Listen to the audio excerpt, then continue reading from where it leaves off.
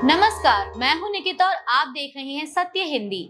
एक नजर डालते हैं अब तक की सुर्खियों पर। ट्रंप की धमकी पर ग्रीनलैंड एकजुट। ग्रीनलैंड के 5 राजनीतिक दलों का बयान, हमें अमेरिका नहीं चाहिए। ग्रीनलैंड का भविष्य यहाँ की जनता ही तय करेगी। ट्रंप की धमकी के बाद ग्रीनलैंड के 5 राजनीतिक दलों ने संयुक्त बयान जारी करके कहा है कि उन्हें ग्रीनलैंड में अमेरिका नहीं चाहिए।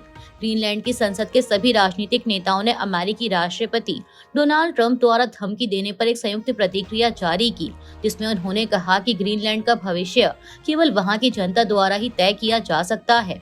ग्रीनलैंड की संसद में प्रतिनिधित्व करने वाली सभी 5 पार्टियों के नेताओं द्वारा हस्ताक्षरित बयान में कहा गया कि ग्रीनलैंड के लोग, राजनीतिक दल अमेरिका या डेनमार्क का नियंत्रण नहीं चाहते। बयान में कहा गया कि हम अमेरिकी नहीं बनना चाहते, हम डैनिश नहीं बनना चाहते, हम ग्रीनलैंड वासी बनना चाहते हैं।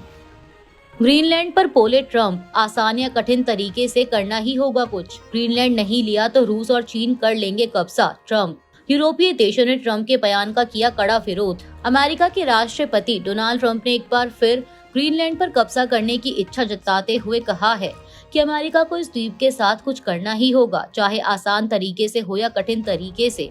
उन्होंने चेतावनी दी कि अगर अमेरिका ने कदम नहीं उठाया तो रूस या चीन इस क्षेत्र पर कब्जा कर सकते हैं, जो अमेरिका के लिए अस्वीकार्य होगा। ट्रंप ने कहा कि मालिकाना हक होने पर ही बेहतर सुरक्षा संभव है। बता दें कि ग्रीनलैंड डेनमार्क का सेमी ऑटोनॉमस क्षेत्र है और दुर्लभ खनिजों से समृद्ध है। ट्रंप 2019 में भी इसे खरीदने की बात कर चुके हैं। वहीं उनके इस बयान पर डेनमार्क और यूरोपीय देशों ने कड़ा विरोध जताया है और कहा है कि ग्रीनलैंड का फैसला वहां के लोग ही करेंगे।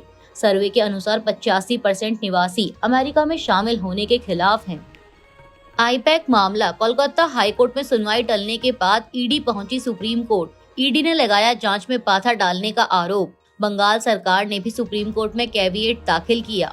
ईडी ने पश्चिम बंगाल में कथित कोयला घोटाले की जांच में पाथा डालने के आरोप लगाते हुए सुप्रीम कोर्ट में अनुच्छेद 32 के तहत याचिका दायर की है। ईडी ने आरोप लगाया है कि राज्य सरकार और मुख्यमंत्री ममता बनर्जी के हस्तक्षेप से उसकी निष्पक्ष जांच प्रभावित हुई और इसीलिए मामले की सीबीआई जांच कराई जाए। एजेंसी का कहना है कि कोलकाता में आईपैक से जुड़े ठिकानों पर छापे के दौरान अधिकारियों को तलाशी और जब्ती से रोका गया और कुछ दस्तावेज व इलेक्ट्रॉनिक उपकरण हटा लिए गए। ईडी के मुताबिक करीब 10 करोड़ रुपए की अवैध रकम हवाला के जरिए आईपैक को भेजी गई थी। वहीं बंगाल सरकार ने भी सुप्रीम कोर्ट में कैविएट दाखिल किया है। कैविएट एक औपचारिक अनुरोध है जिसमें यह मांग की जाती है कि संबंधित पक्ष को सुने बिना किसी मामले में कोई आदेश पारित न किया जाए।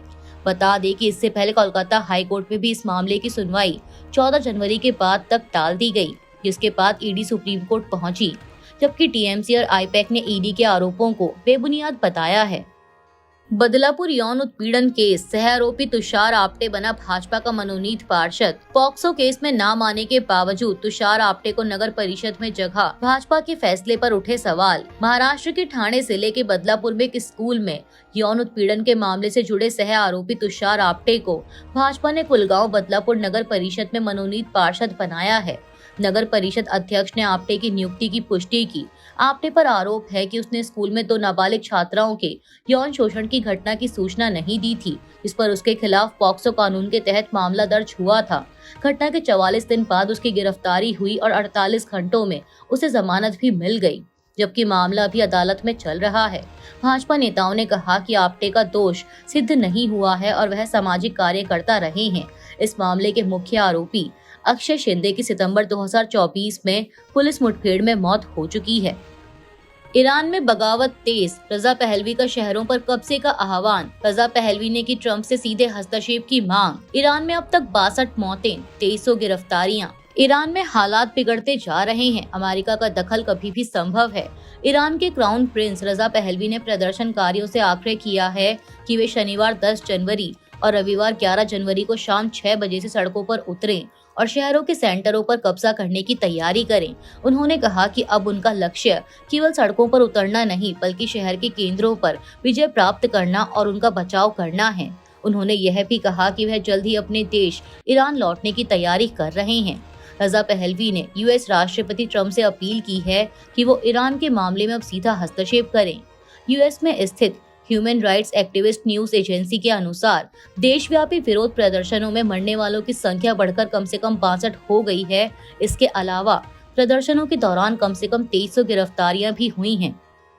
ईरान के विदेश मंत्री का दावा, हालात स्थिर लेकिन प्रतिबंधों से कुछ दिक्कतें। विदेश मंत्री ने अमेरिका इसराइल पर लगाया हालात बिगाड़ने का आरोप। ईरान के कई शहरों में सरकार समर्थक प्रदर्शन भी हो रहे। ईरान के विदेश मंत्री अब्बास अरागची ने शनिवार को कहा कि प्रतिबंधों और आर्थिक कमियों के बावजूद देश में हालात स्थिर हैं। यह जानकारी ईरान इंटरनेशनल ने दी।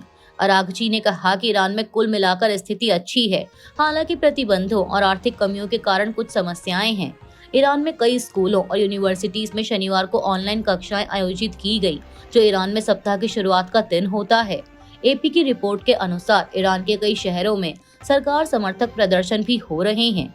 ईरान के संयुक्त राष्ट्र राजदूत और विदेश मंत्री ने अमेरिका और इसराइल पर शांतिपूर्ण विरोध प्रदर्शनों को हिंसक विध्वंस कृत्यों में बदलने और सीधे हस्तक्षेप करने का आरोप लगाया है। ट्रंप का दावा, ईरान की सरकार बड़ी मुसीबत में। ट्रंप ने दी चेतावनी कि लोगों को मारा तो करेंगे कड़ी कार्रवाई, हालात बिगड़े तो वहीं वार करेंगे जहां सबसे ज्यादा दर्द होगा। ट्रंप ईरान में देशव्यापी विरोध प्रदर्शनों पर अपनी ताज़ा प्रतिक्रिया में अमेरिका के राष्ट्रपति डोनाल्ड ट्रंप ने कहा है कि ईरान की सरकार बहुत बड़ी मुसीबत में है।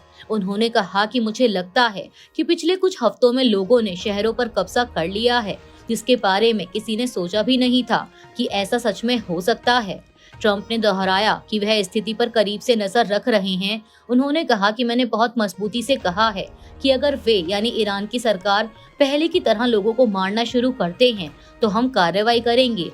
हम उन्हें वहीं मारेंगे जहां सबसे ज्यादा दर्द होगा।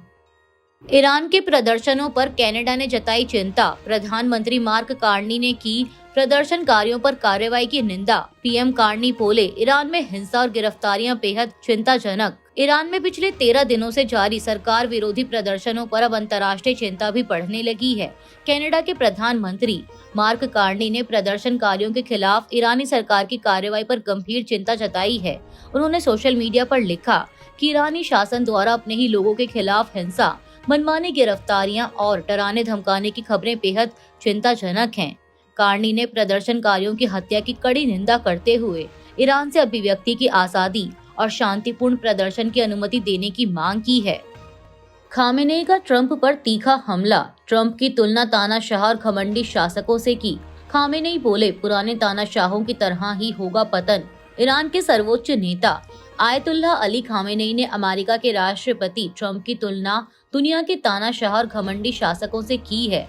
खामेनेई ने एक्स पर कई पोस्ट के जरिए अपनी बात रखी, जिसमें ट्रंप पर भी निशाना साधा गया।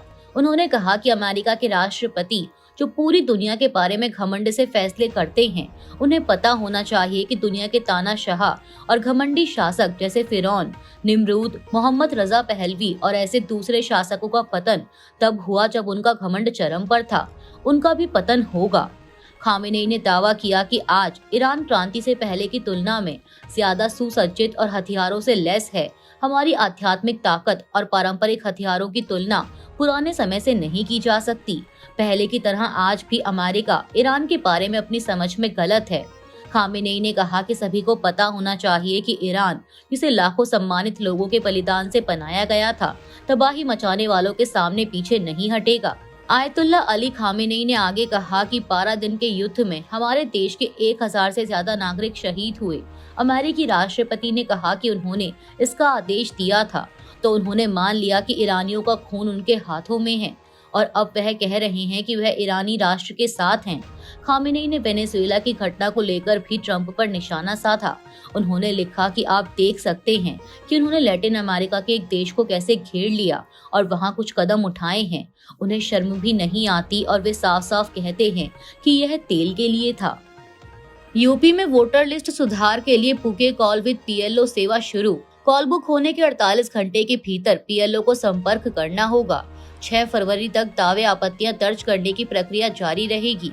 उत्तर प्रदेश में चुनाव आयोग ने वोटर लिस्ट सुधार के लिए पुके कॉल विद पीएलओ सेवा शुरू की है, जिसके तहत वोटर अपने बूथ लेवल ऑफिसर से फोन पर बात कर नाम जोड़ने, हटाने या संशोधन की मदद ले सकेंगे।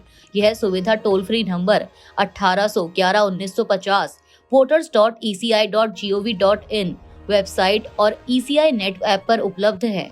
दावा आपत्ति की प्रक्रिया 6 फरवरी 2026 तक चलेगी और कॉल बुक होने के 48 घंटे के भीतर BLO को संपर्क करना होगा।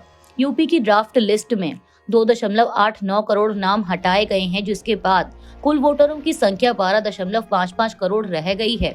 इसी कारण इस सेवा को यूपी में खास तौर पर प्रचारित किया जा रहा है। चुनाव आयोग के अनुसार सत्यापन के बाद ही नाम अंतिम सूची में जुड़ेंगे। बता दें कि राजनीतिक दलों और आम वोटरों से हजारों दावे और आपत्तियां आ चुकी हैं। क्या पुतिन को भी पकड़ेंगे ट्रंप? दिया जवाब। ट्रंप बोले, पुतिन को पकड़ने की जरूरत नहीं, पुतिन से रिश्ते अच्छे, लेकिन युद्ध में हजारों मौतों से दुखी हूँ। ट्रंप। अमेरिकी राष्ट्रपति डोनाल्ड ट्रंप ने एक पत्रकार के सवाल के जवाब में कहा है कि उन्हें नहीं लगता कि रूस के राष्ट्रपति व्लादिमीर पुतिन को पकड़ने जैसे किसी मिशन की जरूरत पड़ेगी। उन्होंने कहा कि पुतिन के साथ उनके हमेशा अच्छे रिश्ते रहे हैं, लेकिन वह रूस यूक्रेन युद्ध को लेकर बेहद निराश हैं। ट्रंप ने दावा किया कि उन्होंने अब तक 8 युद्ध रुकवाए हैं और रूस यूक्रेन युद्ध भी आसानी से रुक सकता था, लेकिन इसमें अब तक हजारों लोग मारे जा चुके हैं और रूस की अर्थव्यवस्था भी अच्छा प्रदर्शन नहीं कर रही है। गौरतलब है कि पिछले हफ्ते वेनेजुएला की राजधानी काराकास पर अमेरिका ने हमला कर देश के राष्ट्रपति निकोलस मादुरो और उनकी पत्नी को पकड़ लिया था। इसकी जानकारी खुद ट्रंप ने अपने सोशल मीडिया पर दी थी। इसके बाद यूक्रेनी राष्ट्रपति वोलोदिमीर जेलेंस्की ने इशारों में बिना नाम लिए कहा था कि अगर तानाशाहों के साथ ऐसा हो सकता है तो इसका मतलब है कि अमेरिका को पता है कि आगे क्या करना है। लगभग 5 साल बाद भारत पहुंचा तालिबान का राजनयिक। भारत तालिबान संपर्क में नई कड़ी। हालांकि भारत तालिबान को अफगानिस्तान की वैध सरकार के रूप में मान्यता नहीं देता। लगभग 5 साल बाद पहली बार तालिबान द्वारा नियुक्त एक राजनयिक भारत पहुंचा है। मुफ्ती नूर अहमद नूर, जो तालिबान के विदेश मंत्रालय में वरिष्ठ अधिकारी हैं, अब नई दिल्ली में अफगानिस्तान दूतावास में चार्ज d'affaires कार्यवाहक राजदूत की जिम्मेदारी संभालेंगे। यह कदम अक्टूबर 2025 में तालिबान के विदेश मंत्री की भारत यात्रा और भारत द्वारा काबुल में अपने मिशन को दूतावास का दर्जा देने के बाद उठाया गया है। भारत ने साफ किया है कि वह तालिबान को अफगानिस्तान की वैध सरकार के रूप में मान्यता नहीं देता, लेकिन क्षेत्रीय हितों के लिए व्यवहारिक संपर्क बनाए हुए है। अभी मुफ्ती नूर ने औपचारिक नियुक्ति पत्र नहीं सौंपा है और अगले हफ्ते उनके पूरी तरह कार्यभार संभालने की उम्मीद है। पुणे चुनाव में पवार परिवार एक साथ। एनसीपी और एनसीपी शरद पवार गुट का संयुक्त घोषणा पत्र जारी। 2023 के बाद पहली बार साथ आए चाचा भतीजे। महाराष्ट्र में 2023 के विभाजन के बाद पहली बार अजीत पवार की एनसीपी और शरद पवार की एनसीपी पुणे नगर निगम चुनाव में साथ आई है। दोनों दलों ने 10 जनवरी को पुणे और पिंपरी चिंचवाड़ नगर निकायों के 15 जनवरी को होने वाले चुनावों के लिए संयुक्त घोषणा पत्र जारी किया। इस मौके पर अजीत पवार और सुप्रिया सुले ने संयुक्त प्रेस कॉन्फ्रेंस की। घोषणा पत्र में नल से पानी की आपूर्ति, ट्रैफिक जाम कम करने, गड्ढा मुक्त सड़कें, स्वच्छता, हाईटेक स्वास्थ्य सेवाएं, प्रदूषण नियंत्रण और झुग्गी पुनर्वास का वादा किया गया है। साथ ही बस और मेट्रो में मुफ्त यात्रा, 500 वर्ग फुट तक के घरों के लिए प्रॉपर्टी टैक्स माफी और छात्रों को मुफ्त टैबलेट देने का प्रस्ताव भी शामिल है। अजीत पवार ने स्थानीय भाजपा नेतृत्व पर विकास में विफल रहने का आरोप लगाया है। अभी के लिए इतना ही। बाकी की देश दुनिया की बड़ी खबरों के लिए जुड़े रहिए सत्य हिंदी के साथ। Copyright disclaimer under Section 107 of the Copyright Act 1976. Allowance is made for fair use for purposes such as criticism, comment, news reporting, scholarship, and research. Fair use is a use permitted by copyright statute that might otherwise be infringing.